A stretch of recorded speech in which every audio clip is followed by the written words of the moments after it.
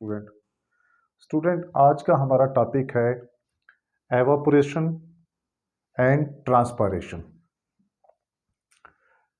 ये दो क्वेश्चंस हैं, लेकिन मैं आपको कोशिश करूंगा पहले की तरह कि एग्जामिनर अगर ट्रांसपायरेशन पूछे या एवापोरेशन पूछे या इसको हम वेपराइजेशन भी कह देते हैं, तो आप सिर्फ एक कंसेप्ट क्लियर करें तो ऑटोमेटिक वो कंसेप्ट आप इस क्वेश्चन पे भी, ट्रांसपायरेशन वाले पे भी अप्लाई कर सकते हैं और इसका कंसेप्ट इस पे भी अप्लाई कर सकते हैं। यानी आपको ज़्यादा मेहनत नहीं करनी पड़ेगी, आप एक कंसेप्ट क्लियर कर लें, दूसरा उसके साथ ऑटोमेटिक आप हल कर लेंगे और सही मानी में उसका आंसर भी दे सकेंगे। क्वेश्चन ये यूं आता है, define evaporation or factors which affect the rate of evaporation. यह आ जाता है define transpiration, factor affecting the rate of transpiration. फिर इसमें से एक और क्वेश्चन जो हर साल एग्जामिनर कंसेप्चुअल क्वेश्चन में दे देता है, वो ये है कि एवापोरेशन या transpiration is a cooling process. तो हम इसको भी डिस्कस करेंगे। यानी हमारे दो क्वेश्चन है, या लॉन्ग आ सकता है या शॉर्ट आ सकता है। फिर एवापोरेशन को मैं एक्सप्लेन करूंगा कि एवापोरेशन एक जनरल टर्म है। यानी आपके पास अगर कोई लिक्विड है, उसको आप आम टेम्परेचर में कमरे में रख दें, बाहर रख दें या किसी सरफेस के ऊपर रख दें, तो आपने देखा होगा कि वो ड्राई हो जाता है। मैंने वो सरफेस अगर वो क्लॉथ है तो कुछ देर बाद, घंटे, 2, 3, 4 घंटे बाद सारे का सारा लिक्विड जो है वो एवापोरेट हो। कुछ चीज़ें ऐसी हैं जो एवापोरेट जल्दी करती हैं और कुछ स्लो रेट के साथ करती हैं। मिसाल देता हूँ आपको मैं, आप कोई बर्तन ले लें या कोई आप क्लॉथ का एक पीस ले लें, तो आप उसको अगर धो दें, धोने के बाद बाहर रख दें या आम टेम्परेचर पे रखें, बाहर रखेंगे तो जल्दी ड्राई हो जाएगा। अगर कमरे में रख दें तो उसने भी ड्राई हो जाना है। यानी वो लिक्विड जो है वो वेपर की फॉर्म में कन्वर्ट हो गया है। जो आपके पास लिक्विड वाटर था या कोई भी लिक्विड है, वो आपका वेपर्स की फॉर्म में, गैस की फॉर्म में कन्वर्ट हो गया है। जनरल टर्म है, तो इसको मैंने कहा एवापोरेशन, यानी conversion of liquid to a gas और vapour at all temperature is called vaporisation. Simple, आपने लिक्विड लिखा, एरो है दिया, वेपर्स, तो ये आपके पास एक जनरल टर्म है कि conversion of liquid into gas form और वेपर फॉर्म। लेकिन ट्रांसपायरेशन जो है ये रिलेटेड है प्लांट्स की टर्मिनोलॉजी से, प्लांट से इसका रिलेशन है। यानी आप लीफ देख रहे हैं, लीफ के पास रूट्स के जरिए पानी एब्जॉर्ब किया, रूट्स ने अर्थ से, सॉइल से, ग्राउंड से, एरिया से, स्टेम से होता हुआ लीफ में पहुंच गया। लीफ से ये डे टेम्परेचर में, सनलाइट की प्रेजेंस में ये क्या कर देता है, एक्सेसिव वाटर लीफ से एवापोरेट कर देता है। तो ये रिलेटेड है प्लांट से। The loss of water from aerial parts of the plant in the form of vapour is called transpiration. इसमें भी एज इट इज आपने लिखना है वाटर कन्वर्टेड इनटू वेपर्स। अब यहाँ पे हम गैस भी इसको कह सकते हैं, वेपर्स और गैस। तो ये तो एक सिंपल डेफिनेशन है जो मैंने आपके साथ उसको एक्सप्लेन किया है। जो मेन इसका क्वेश्चन है, सेकंड पार्ट है, उसको समझने की कोशिश करें। क्वेश्चन है factor affecting the rate of evaporation और वेपराइजेशन और ट्रांसपायरेशन। मैंने पहले जिस तरह प्रॉमिस किया है कि आप एक कंसेप्ट क्लियर करें, आप इंशाल्लाह दोनों कंसेप्ट के आंसर सही मानी में एक्सप्लेन कर सकेंगे। ये लेट सपोज देखिए, ये मैंने सन बनाया है। अब यहां पे कोई भी एक वेसल है, कोई भी एक कप है, कोई भी एक सरफेस है, उसके ऊपर मैंने वाटर मॉलिक्यूल या कोई भी एक लिक्विड रखा हुआ है। उसके दो ही वे हैं, या मैं यहां से सनलाइट की प्रेजेंस में इसको रख दूं तो ये वेपर बन गए हैं, या मैं उसको यहां से हीट करूं कैंडल के जरिए तो भी यहां से मॉलिक्यूल्स गैस की फॉर्म में कन्वर्ट हो गए, वेपर की फॉर्म में कन्वर्ट हो गए। डियर यहाँ पे देखिए सनलाइट है, सनलाइट जब फॉल करेगी aerial parts of the plant पे तो कुछ वाटर मॉलिक्यूल्स किस में कन्वर्ट हो जाएंगे, वेपर्स की शक्ल में, वेपर्स। अब देखो मैंने यहां पे लिखे हैं 4 मॉलिक्यूल्स वाटर के हैं यहाँ पे। जब उन्होंने लीफ ने सनलाइट को रिसीव किया है तो उसने अपने 4 मॉलिक्यूल्स को क्या कर दिया है, एयर में भेज दिए। तो क्वेश्चन है कि फैक्टर इफेक्टिंग, तो डियर सबसे पहले जो इसका फैक्टर है वो है टेम्परेचर। अब मैं आपको एक सिंपल सी एग्जांपल देता हूं कि लेट्स सपोज आपके पास कोई कपड़ा है या हमारे पास कोई टॉवल है या सॉक्स हैं, तो हम क्या करते हैं जब उसको धूप पे रखते हैं तो उस वक्त वो जल्दी एवापोरेट कर खुश्क हो जाती है, ड्राई हो जाती है, या अगर उसको साए में रख दें तो साफ ज़ाहिर है अगर हम उसको धूप पे रखेंगे तो वो टॉवल या सॉक्स या वो शर्ट है या कपड़ा है वो तो जल्दी ड्राई हो जाएगा। तो हम यूँ कह सकते हैं एक फैक्टर तो हमारे पास आ गया टेम्परेचर। स्टूडेंट अब लिखेंगे कैसे, कि हम सिंपल कहेंगे कि when temperature of the liquid increase the rate of evaporation also increase. लेकिन मैंने आपके लिए यहाँ पे लिखा है when temperature increase rate of dash increase. तो अगर एवापोरेशन का टॉपिक है तो यहाँ पे डैश में लिखें एवापोरेशन इंक्रीज, अगर ट्रांसपिरेशन है तो आप लिखें रेट ऑफ ट्रांसपिरेशन इंक्रीज। ये एक फैक्टर। दूसरा डियर सरफेस एरिया। लेट्स सपोज आपके पास कोई एक पीस ऑफ क्लॉथ है, अगर आप उसको ऐसे फोल्ड करके रखेंगे तो जल्दी ड्राई होगा, या आप उसको उसका एरिया से बढ़ा के रखेंगे तो जल्दी ड्राई होगा। तो मेरे ख्याल में हर किसी के इल्म में है ये बात कि अगर हम उसको उसका एरिया बढ़ा के रखेंगे उसको तो रेट ऑफ ट्रांसपिरेशन क्या होगा, वो कपड़ा जल्दी ड्राई हो जाएगा, यानी रेट ऑफ ट्रांसपिरेशन फास्ट होगा। तो we can say that surface area भी एक अदर फैक्टर है which effect the rate of evaporation, rate of vaporisation and rate of transpiration. इसी तरह अगर ब्रॉड लीव होगा, जितना ब्रॉड लीव होगा उतना ही उसमें रेट ऑफ ट्रांसपिरेशन क्या होगा, वो फास्ट होगा, हाई होगा।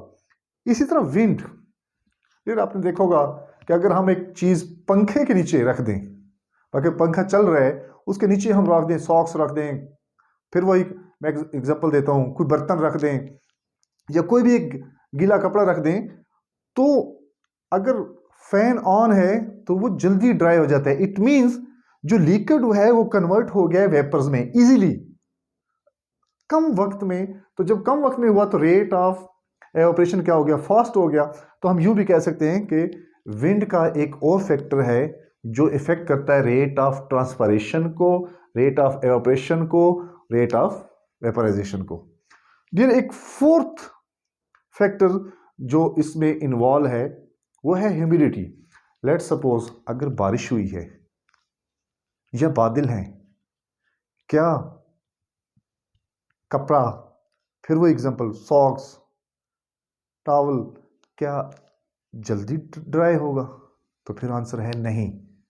क्यों? क्योंकि एटमॉस्फेयर के अंदर वेट है, मॉइस्चर है, तो रेट ऑफ ट्रांसपिरेशन क्या हो जाता है, वहां पे स्लो डाउन हो जाता है। तो हम कह सकते हैं an other factor which effect the evaporation, vaporization और ट्रांसपिरेशन इज द ह्यूमिडिटी। तो अगर ह्यूमिडिटी ज्यादा होगी तो rate of evaporation, rate of vaporization and rate of transpiration will be slow. अब डियर ये तो हमारा वो टॉपिक था, जनरल टॉपिक, जो हमने कहा कि evaporation, vaporization, transpiration क्या है, what are the factors which affect the rate of transpiration, evaporation and vaporization. There second question जो conceptual question एग्जामिनर हर दफा डिमांड करता है स्टूडेंट से, वो ये है कि एवापोरेशन या ट्रांसपायरेशन काज या कूलिंग प्रोसेस है। एवापोरेशन, वेपराइजेशन, ट्रांसपिरेशन, क्या ये कूलिंग प्रोसेस है? यानी इसके होने के बाद उस सरफेस के ऊपर हाउ लीफ है, हाउ स्किन है, स्किन के भी ऊपर तो एवापोरेशन हो रही है ना। जब आप हाथ धोते हैं तो धोने के बाद देखते हैं कि 2 मिनट 3 मिनट के बाद आपके हाथ क्या हो गया, ऑटोमेटिकली ड्राई हो गए हैं। वो क्या है? वो एवापोरेशन हुई है, वेपराइजेशन हुई है आपकी सरफेस से ऊपर, सरफेस के ऊपर। जब आप हाथ धो लें तो आप यूं यूं करते हैं, उसकी रीजन क्या होती है कि आप उसको एयर का सामना करवाते हैं, आप अपने हाथों को हिलाते हैं ताकि आपके हाथों के दरमियान जो एयर है उसकी स्पीड फास्ट हो जाए, और या आपके हाथ हिलाने से टेम्परेचर भी क्या हो, बढ़ जाए, यूं रेट ऑफ एवापोरेशन बढ़ जाता है। तो क्वेश्चन रेज ये होता है कि क्या एवापोरेशन एंड ट्रांसपिरेशन या वेपराइजेशन कूलिंग फिनोमिना है, कूलिंग प्रोसेस है? तो इसके बारे में सबको इल्म है कि हाँ ये कूलिंग प्रोसेस है। उसकी रीजन मैं आपको साबित करके देता हूं कि जब भी आप किसी भी लिक्विड को टच करते हैं या हाथ धोते हैं तो आपने ऑब्जर्व किया होगा कि आपको कुछ देर के बाद आपको ठंड महसूस होती है, आपको आपका टेम्परेचर आपकी सरफेस का क्या हो जाता है, रिड्यूस हो जाता है। उसकी रीजन क्या है कि ये देखें, लेट सपोज मैंने यहाँ पे हीट दी है तो कुछ मॉलिक्यूल ऐसे हैं जिसने लिक्विड की सरफेस को छोड़ दिया है, यानी हाई काइनेटिक एनर्जी मॉलिक्यूल ने सरफेस को छोड़ दिया है। इसी तरह यहां पे भी देख लें कि इस प्लांट ने ट्रांसपिरेशन का फिनोमिना शो किया। लुक, यहां से रूट्स से 4 मॉलिक्यूल्स इंटर हुए हैं रूट्स में, सॉइल से रूट्स की तरफ इंटर हुए हैं, वहां से स्टेम की तरफ गए हैं, स्टेम से लीव्स की तरफ गए हैं, और डे लाइट की प्रेजेंस में ये 4 मॉलिक्यूल, एक चेन थी, जब ये एवापोरेट कर गए हैं तो पूरी चेन ने मूव किया है। यानी जैसे एक गाड़ी मूव करे, लाइन में खड़ी है तो पीछे से स्पेस बन जाती है, दूसरी गाड़ी मूव करती है। तो सेम एज इट यहां पे देखें कि 4 मॉलिक्यूल ने जब लीफ की सरफेस से एस्केप कर गए हैं तो वो अपने साथ लीफ से टेम्परेचर लेके गए हैं। जिस तरह के हम गर्मियों में हमारे स्वेट ग्लैंड्स एक्टिव हो जाते हैं तो अंदर से बॉडी से पसीना क्या लेके आ रहा होता है, टेम्परेचर लेके आ रहा होता है। तो इसी तरह जब ये एवोपरेट करते हैं, कौन से molecule, high kinetic energy molecule जिनके पास हीट होती है, तो वो नीचे क्या छोड़ जाते हैं, लो टेम्परेचर मॉलिक्यूल को छोड़ जाते हैं। यानी यहां पे भी मैंने जब हीट किया तो कुछ मॉलिक्यूल, कौन से मॉलिक्यूल थे, हाई काइनेटिक एनर्जी मॉलिक्यूल, जब सनलाइट की प्रेजेंस में कौन से छोड़ गए, हाई काइनेटिक एनर्जी मॉलिक्यूल। तो इसका जब टेम्परेचर नोट किया गया इस लीफ का तो कितना था, 37, और वो लीफ जिसने एवापोरेशन शो नहीं की उसका टेम्परेचर कितना है, 47। ट्रांसपिरेशन, सॉरी, जिस लीफ ने ट्रांसपिरेशन का फिनोमिना शो नहीं किया तो उसका टेम्परेचर कितना नजर आ रहा है हमें, 47। और जिस लीफ ने ट्रांसपिरेशन का फिनोमिना शो किया है, यानी उसके हाई काइनेटिक एनर्जी मॉलिक्यूल जो है वो सरफेस को छोड़ गए हैं, they leave the surface of the leaf, it shows 37 centigrade temperature. So we can say that evaporation, vaporization and transpiration is cooling process or cooling phenomena. ये हर साल examiner, मैं रिपीट कर रहा हूं कि वो पूछते हैं why evaporation is or transpiration cause cooling, या prove that, या why evaporation and vaporization and transpiration is a cooling phenomena। तो आपने कहना है ड्यूरिंग एवापोरेशन, वेपराइजेशन और ट्रांसपिरेशन, कोई भी क्वेश्चन आ जाए तो आपने लिखना है during transpiration high kinetic energy molecule leave the surface first, that's why they it cause cooling. या यूं भी कह सकते हैं high kinetic energy molecule leave the surface of the leaf first and left the lower kinetic energy molecule which cause cooling phenomena, which cause cooling process। यहां पे भी हम यूं कह सकते हैं कि high kinetic energy molecule leave the surface of the liquid, ठीक है, the remaining molecules have low kinetic energy, have low temperature, have low kinetic energy, that's why they cause cooling phenomena। Student, एक other question भी हम यूं कह सकते हैं कि ट्रांसपिरेशन ही की वजह, एक तो कूलिंग फिनोमिना क्रिएट कर रहा है, दूसरा नेसेसरी है प्लांट की सर्वाइवल के लिए। अगर प्लांट यहाँ से एक्सेसिव वाटर प्लांट के पास है, कोई प्लांट ऐसा है जिसके पास पानी की कंसंट्रेशन क्या होगी लीफ में ज़्यादा होगी है, तो वो भी उसके लिए बेहतर नहीं है, वो भी उसके लिए अच्छा नहीं है। तो उसने अपने वाटर के कंटेंट को, वाटर के कंसंट्रेशन को क्या करना है, रिड्यूस करना है। तो उसके लिए भी ट्रांसपिरेशन इज एसेंशियल, यानी उसकी होम्योस्टेसिस के लिए भी ट्रांसपिरेशन फिनोमिना इज एसेंशियल। दूसरा, यहां से वाटर चेन को फ्लो करने के लिए, वाटर के चेन को फ्लो करने के लिए भी ट्रांसपिरेशन का फिनोमिना होना जरूरी है। दूसरा, वाटर के साथ डिजॉल्व न्यूट्रिएंट्स भी तब आएंगे जब ट्रांसपिरेशन का फिनोमिना हो रहा होगा।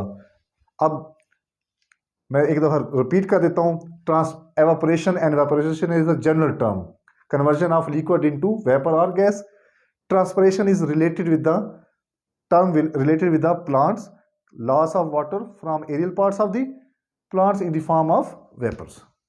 फैक्टर्स सबके एक हैं, जितना ज़्यादा टेम्परेचर होगा रेट ऑफ ट्रांसपिरेशन ज़्यादा होगा, एवापोरेशन ज़्यादा होगा। जितनी विंड होगी, विंड के केस में एवापोरेशन ट्रांसपिरेशन का रेट ज़्यादा होगा। सरफेस एरिया ज़्यादा है, फिर भी ट्रांसपिरेशन और एवापोरेशन ज़्यादा होगी।